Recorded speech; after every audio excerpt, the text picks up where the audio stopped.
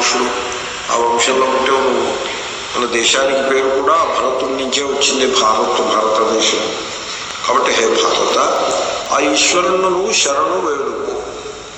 అంటే శరణు అంటే ఆశ్రయముగా స్వీకరించు.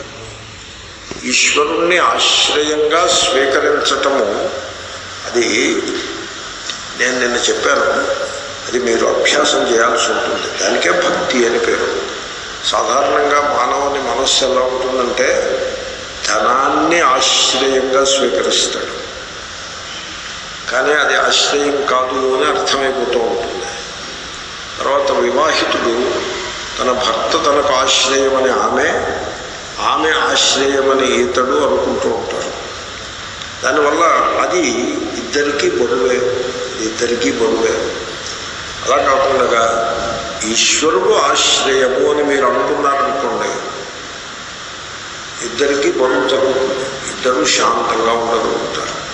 ఈశ్వరుడు ఆశ్రయము. తర్వాత ఈ అవివేకం మీకు అందరికీ తెలుసున్నదే. నా కొడుకు నన్ను కాపాడుతాడు అని అనుకున్నవాడు ఎవడైనా హ్యాపీగా ఉండగలిగాడా? మీకు మీ ఎరుకలో అలా ఉండదు, సృష్టి అలా ఉండదు. నా కొడుకని మీరు అనుకున్నారు, కానీ ఆ సృష్టించిన వాడు అనుకోలేదు. ఓకే, అనేక ప్రాణులు పుడుతూ ఉంటాయి, కొంతకాలం మనుగడలు సాగించి మహాశక్తిలో కలిసిపోతూ ఉంటాయి.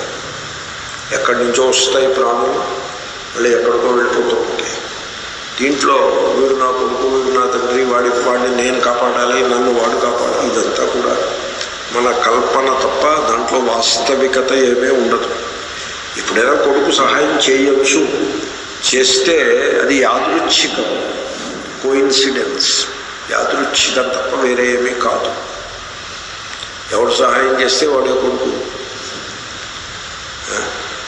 కాబట్టి ఈశ్వరుణ్ణి శరణాగతి చేసి ఆశ్రయంగా తీసుకుని జీవించాలి. కానీ ధన కనక వస్తు వాహనాదులను, లేక దారాపుత్ర ఇత్యాదులను, లేకపోతే మా ఇంటి పూర్వం అలా ఉండేవారు. మా ఇంటి వెనకాల 2 గేదెలు 2 ఆవులు ఉన్నాయండి, మాకు ఇంకా ఏమీ ఇబ్బంది లేదు, మేము వీఆర్ సేఫ్ అని అలాగే పశు సంపదను, అయితే భూమినో మాకు 10 ఎకరాల భూమి ఉంది అని దాన్ని ఆశ్రయించుకుని అలాగనో, అయితే ఉద్యోగాన్ని ఆశ్రయించుకునియో, ఈ రకంగా మనిషి అనేక అంశములను ఆశ్రయించుకుని మానసికంగా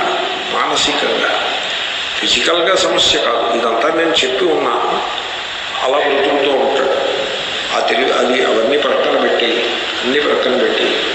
వాళ్ళకి చెప్పక్కర్లేదు, ఎవరికి ఇవ్వాల్సింది వాళ్ళకి ఇస్తూనే ఉంటాము. వాళ్ళు చేసే సహాయం ఏదైనా ఉంటే తీసుకుంటాము కూడా. కానీ ఆశ్రయము మటుకు ఈశ్వరుడు మాత్రమే.